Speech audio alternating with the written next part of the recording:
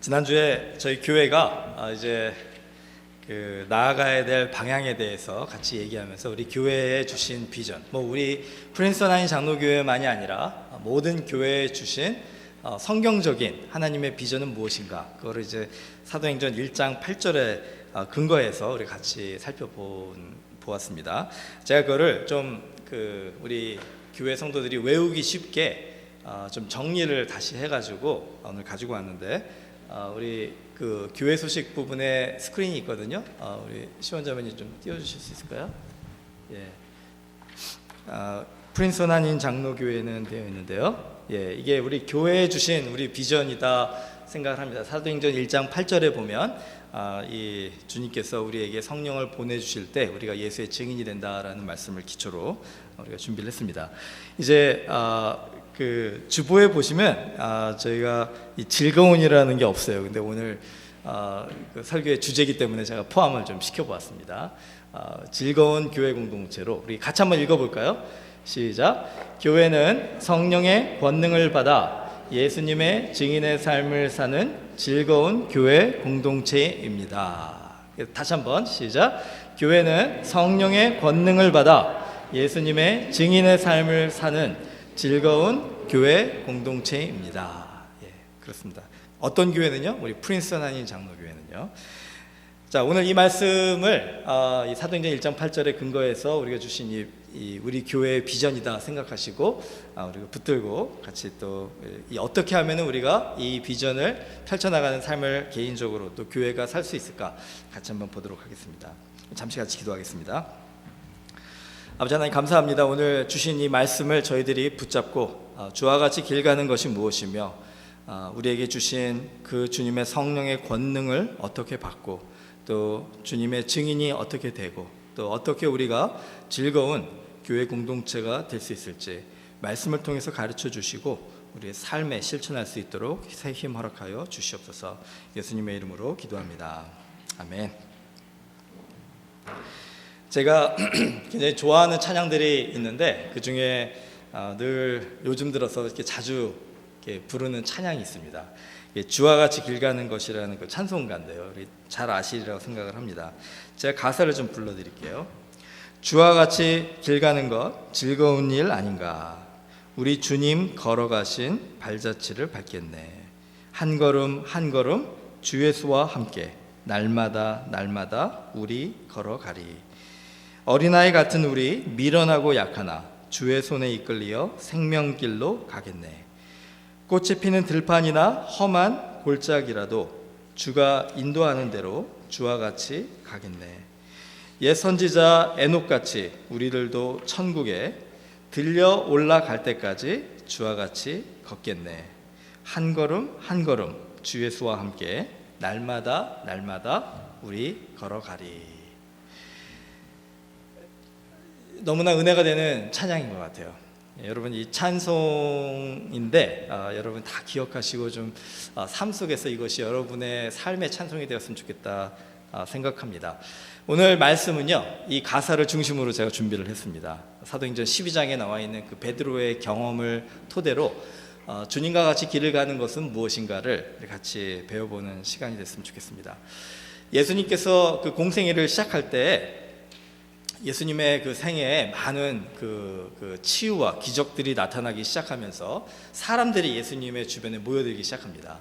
많은 군중, 그 만여 명이 이상이 되는 사람들이 예수님 말씀을 듣고 싶고 또 예수님의 그 치유와 기적을 보고 싶어서 아픈 사람들도 있고 건강한 사람들도 있고 그 마음에 상처받은 사람들도 있고 삶의 앞으로의 그 삶의 혼돈 속에서 길을 찾아가는 사람들도 있고 여러 종류의 사람들이 예수님께 모여서 예수님의 말씀을 귀 기울여 듣고 예수님과 함께 그 길을 걸어갔습니다.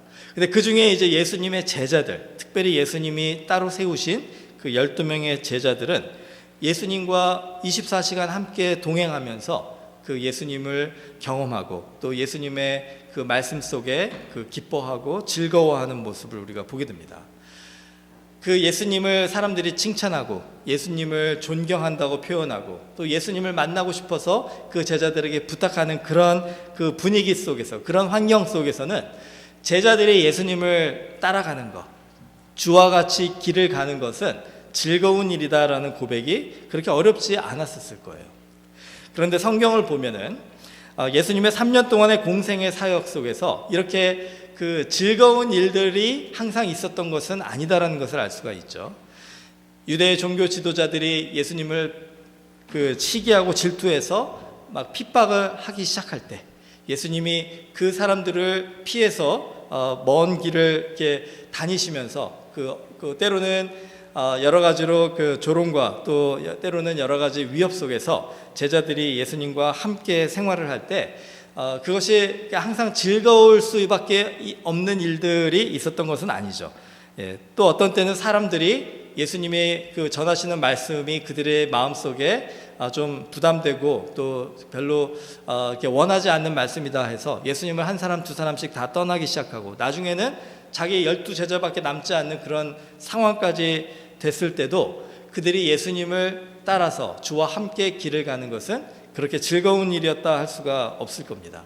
그런데 그럼에도 불구하고 이 예수님의 제자들은 주와 함께 길을 가는 것은 우리에게 참된 기쁨이고 즐거움이고 행복이었다라고 그렇게 고백하는 것을 보게 됩니다. 우리의 신앙생활 속에서 우리가 예수님의 제자이다, 예수님을 따르는 사람이다라고 얘기를 한다면 우리에게도 이 질문을 해봐야 돼요.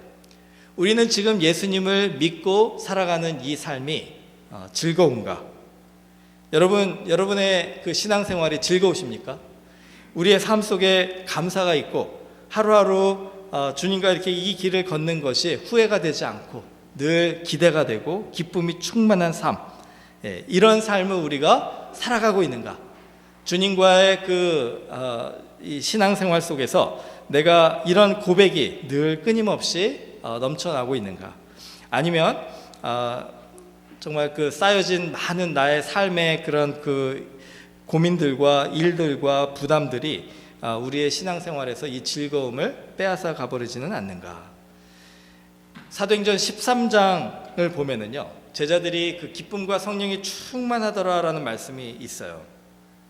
그런데 13장 44절에서 51절까지 보면은 그 제자들이 그 예수님이 부활하심을 증거하고 전할 때 예루살렘에 있는 많은 사람들이 제자들을 붙잡고 때리고 위협하고 심지어는 그 제자 중에 한 사람인 야고보를 그 헤롯 왕이 죽이기까지 하는 그런 아주 위기의 상황에 이 제자들이 처하게 됩니다. 그때 이 헤롯 왕이 야고보를 죽인 것을 유대인들이 기뻐하는 것을 보고 베드로까지 잡아가지고 이제 죽이려고 하는데 마침 그때가 이제 무교절, 그 유대인들의 그 절기 행사를 치르던 시기였어요. 그래서 그때는 사람을 죽이면 안 되기 때문에 이 무교절이 끝나면은 베드로를 죽여야지 생각하고 지금 감옥에 가두어둔 상황입니다. 그게 지금 이제 사도행전 그 12장에 지금 일어나는 사건이에요. 여러분 한번 생각해 보세요. 우리 교회 공동체에 지금 그런 일이 있다라고 한번 생각해 보세요. 제가 지금 잡혀가지고 감옥에 갇혀 있고 이제 곧 사형을 당하기 일보 직전에 있다고 한번 생각해 보세요. 우리 교회 안에 그런 상황 속에서 우리 마음에 하나님의 평안이, 하나님의 즐거움이 있을 수 있을까? 여러분이 상상하실 수 있는 가장 안 좋은 일이 여러분의 개인적인 삶 속에서 일어난다고 한번 생각해 보세요. 제가 어저께 이 말씀을 준비하면서 그런 상상을 좀 해봤어요. 근데 마음속에 자신이 안 서더라고요. 제가 정말로 상상할 수 있는 가장 최악의 사건이 우리 가족에게 일어난다고 할 때 제가 그 속에서도 주와 같이 길 가는 것 정말 즐거운 일입니다. 이런 고백이 나올 수 있을까? 이 베드로가 감옥에 갇혀 있을 때 그들의 제자 중에 한 사람, 그들의 스승 중에 한 사람인 야고보가 이미 순교당하고 베드로도 순교당하기 일보 직전에 그 감옥에 있는 베드로의 마음, 그 교회 공동체 이런 성도들의 마음이 과연 주님 안에서 주님과 함께 길을 가는 것이 나에게 즐거움이요 나에게 기쁨입니다. 이렇게 고백할 수 있었을까? 자신이 서지가 않더라고요. 용기가 나지가 않았습니다. 여러분은 어떠십니까? 만약에 여러분에게 하나님께서 너가 정말로 그런 길을 걷는다 할지라도 나와 함께 길을 걷는 것이 즐거운 일 아닌가? 이런 고백을 할 수 있겠는가? 여러분 사도행전 12장 52절을 보면은 이런 결론이 나와요. 그 12장 44절에서 51절까지 이렇게 그 핍박과 환난과 어려움을 그 교회가 경험하고 있음을 설명을 쫙 한 다음에 바로 다음 절 12장 52절에 성경은 이렇게 선포합니다. 제자들은 기쁨과 성령이 충만하니라. 저를 좀 따라해 주세요. 제자들은 기쁨과 성령이 충만하니라. 주와 같이 길 가는 것 즐거운 일 아닌가. 그들이 그러한 고백을 지금 하고 있는 거예요. 여러분, 왜 그들이 이렇게 기쁨이 충만할까요?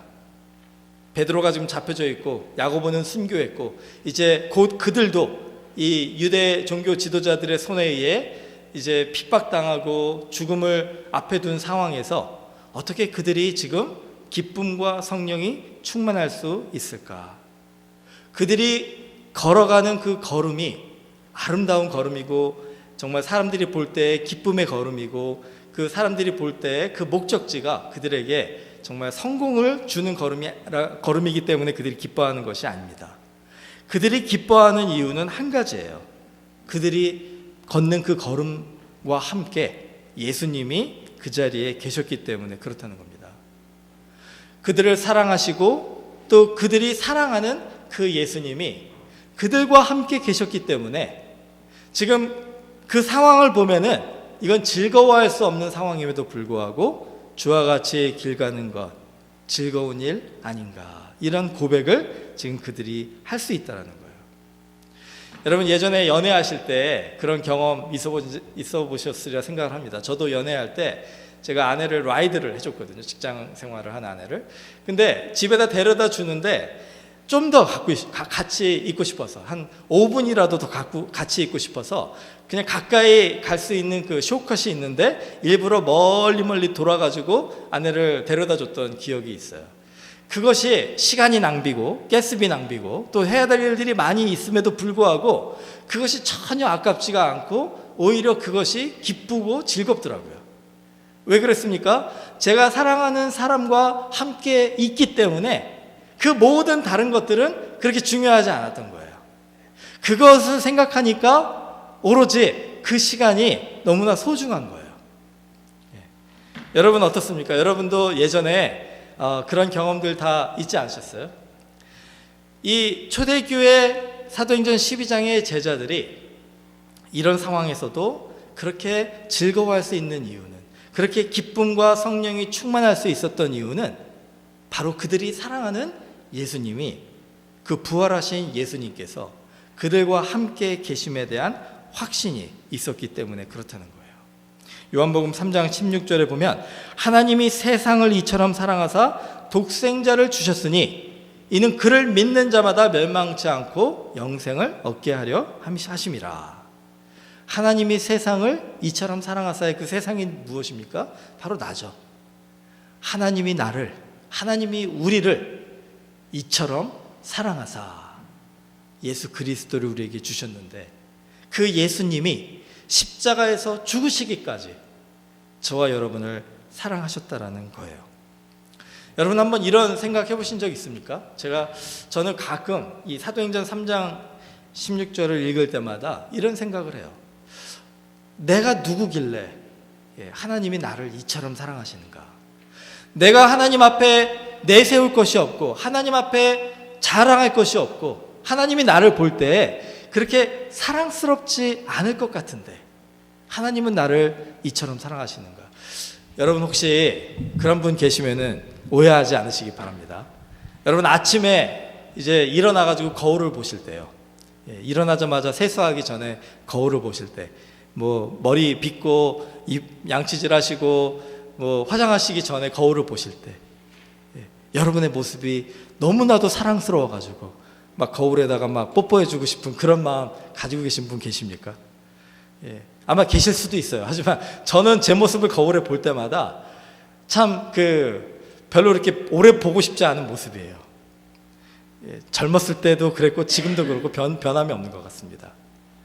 여러분, 그런데 아침에 우리의 모습을 볼 때도 그런데 하루를 정말 치열하게 산 다음에 저녁에 잠자기 전에 한번 거울을 보세요. 지쳐있는 나의 모습뿐만이 아니라 내 마음속에 내가 행한 일들, 내가 했던 말들, 내가 정말 세상에서 해야만 하기 때문에 경험했던 그런 일들로 마음이 여기저기 막 상처가 있는 그 모습으로 그 거울 앞에 선 나의 모습을 보면 정말 사랑스러우십니까? 하나님이 나를 볼 때 도대체 뭐가 그렇게 사랑스러우셔서 하나님이 세상을 이처럼 사랑하사라는 그런 고백을, 하나님이 우리를 이처럼 사랑하셨다라는 그런 고백을 하시고 예수님이 십자가에서 죽으시기까지 나를 사랑하시고 그 희생을 하셨을까? 여러분, 이런 생각을 좀 해보면은요, 요한복음 3장 16절에 우리에게 하시는 이 사랑의 고백이 참 의미가 있는 거예요. 참 감사하고 우리가 정말 하나님 앞에 그 사랑으로 다시 고백을 해드려야 되는 그런 이 고백이 아닌가 생각이 됩니다. 여러분, 정말로 우리가 하나님을 사랑해야 되는 이유가 여기에 있는 거예요. 저희 교회가 아까 그 말씀드린 그 비전을 향해서 나갈 때 성령의 권능을 받아 예수님의 증인의 삶을 사는 즐거운 교회 공동체가 되자 이랬잖아요. 그 비전이 이루어지기 위해서 반드시 필요한 한 가지가 있습니다. 솔직히 다른 것들은 다 부수적인 거예요. 이 한 가지가 우리 안에 있으면, 이 한 가지가 저와 여러분의 마음속에 있으면 이 비전은 반드시 이루어집니다. 사단이 아무리 우리를 무너뜨리려고 해도 이 한 가지가 우리에게 있으면 절대로 교회를 무너뜨릴 수 없다라는 거예요. 절대로 신앙인을 무너뜨릴 수 없다라는 겁니다. 이 한 가지가 무엇인 줄 아세요? 그 한 가지가 무엇이냐면 바로 예수 사랑이에요. 예수 사랑. 예수님이 우리를 얼마나 사랑하시는지를 우리가 경험하고 우리가 예수님을 얼마나 사랑해야 하는지를 깨닫는 삶, 그 예수 사랑이 우리 마음에 있으면 이 세상에서 우리를 무너뜨릴 수 있는 것은 아무것도 없다라는 거예요. 여러분, 한번 생각해 보세요. 지금 우리가 예배드리는 이 교회 건물이 하루아침에 불이 타서 없어진다고 생각해 보세요. 그래도 교회는 존재합니다. 우리가 지금 예배드리는 이 성도들이, 이 교회 예를 들어 교인의 수가 갑자기 늘어나거나 갑자기 줄어든다고 해도 그것과 전혀 관계없이 두세 사람이 내 이름으로 모인 곳에 내가 그들과 함께 있으리라 하신 예수님의 그 약속처럼 교회는 존재한다는 거예요. 우리가 정말로 생각하는 우리가 이 교회 공동체가 가져야 될 모든 것들이 다 없어진다고 해도 교회는 존재하는 이유가 있어요. 왜냐하면 바로 예수님은 교회의 머리시고 그 예수님은 교회를 그 예수님의 모든 것을 다 희생하면서까지도 사랑하시기 때문에 그래요.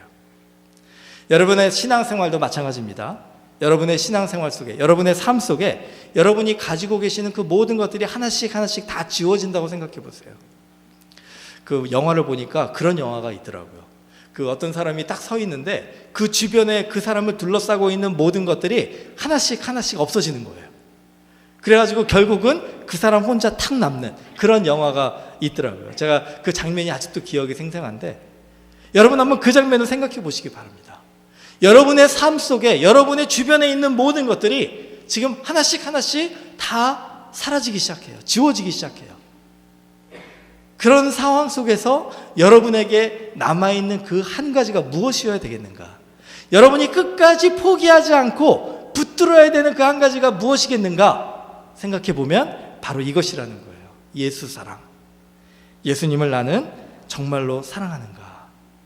이 신앙의 핵심인 예수님의 사랑, 그리고 예수님을 사랑하는 마음이 우리 안에 있을 때 주와 같이 길 가는 것 즐거운 일 아닌가라는 이 찬양의 고백이 우리에게서 떠나지 않는다는 거예요. 이 예수의 사랑을 진실로 경험한 사람은요, 3절에 보시면 꽃이 피는 들판이나 험한 골짜기라도 주가 인도하는 대로 주와 같이 가겠네라는 고백이 나온다는 거죠. 우리의 이 걸음이 꽃길이 아니라 할지라도 험한 산 골짜기라도 그게 그렇게 중요하지 않다는 거예요.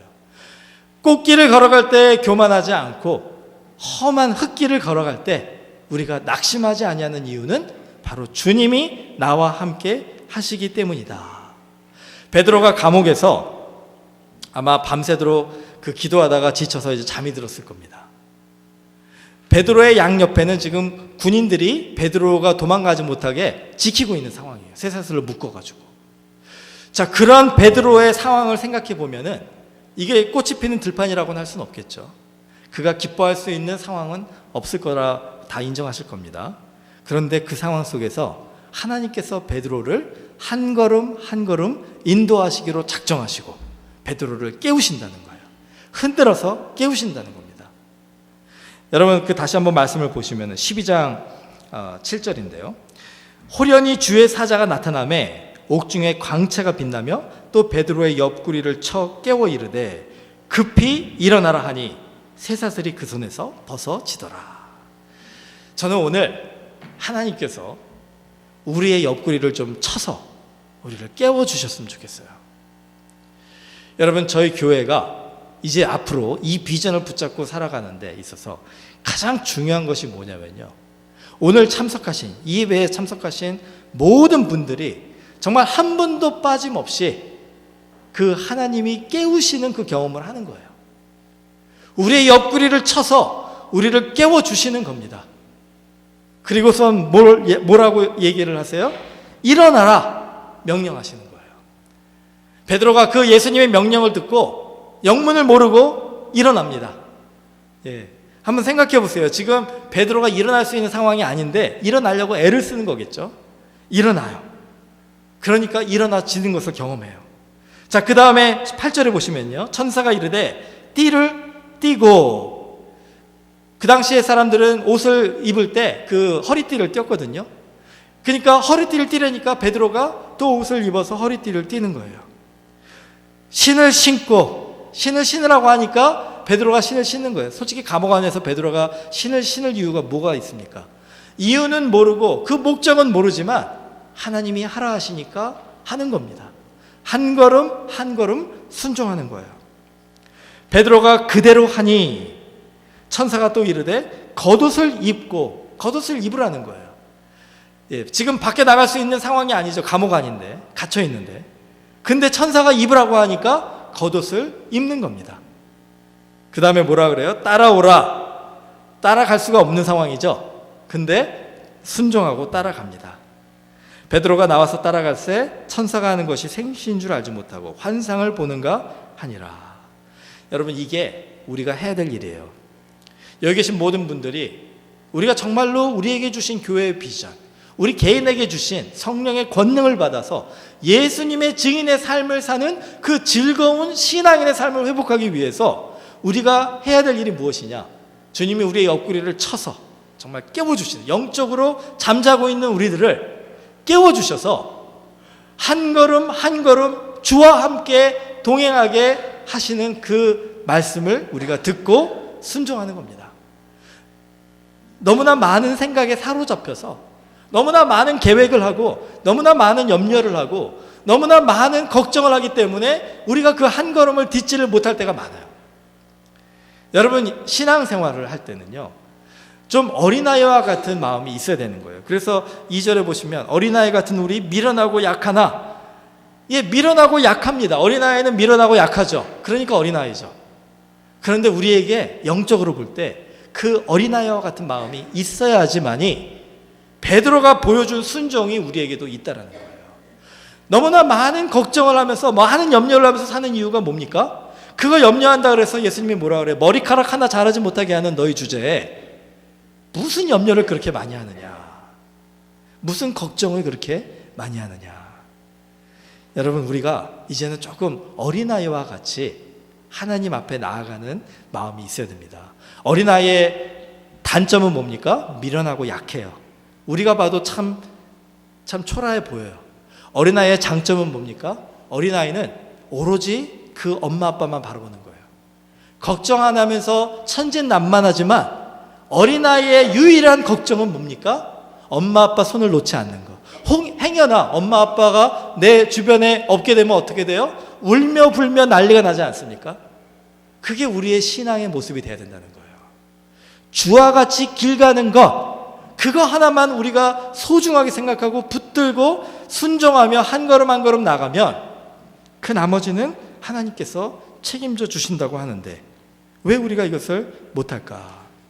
여러분, 우리 신앙생활에서 이제 그 세상의 근심 걱정 염려들을 다 내려놓고 어린아이와 같이 주님의 손에 이끌려서 그 생명길로 걸어가겠습니다, 이렇게 결심하는 사람들은요, 어떤 은혜가 있느냐면은 그 한 가지 선택한 그 선택으로 말미암아 우리 안에 기쁨이 충만한 삶이 되는 거예요.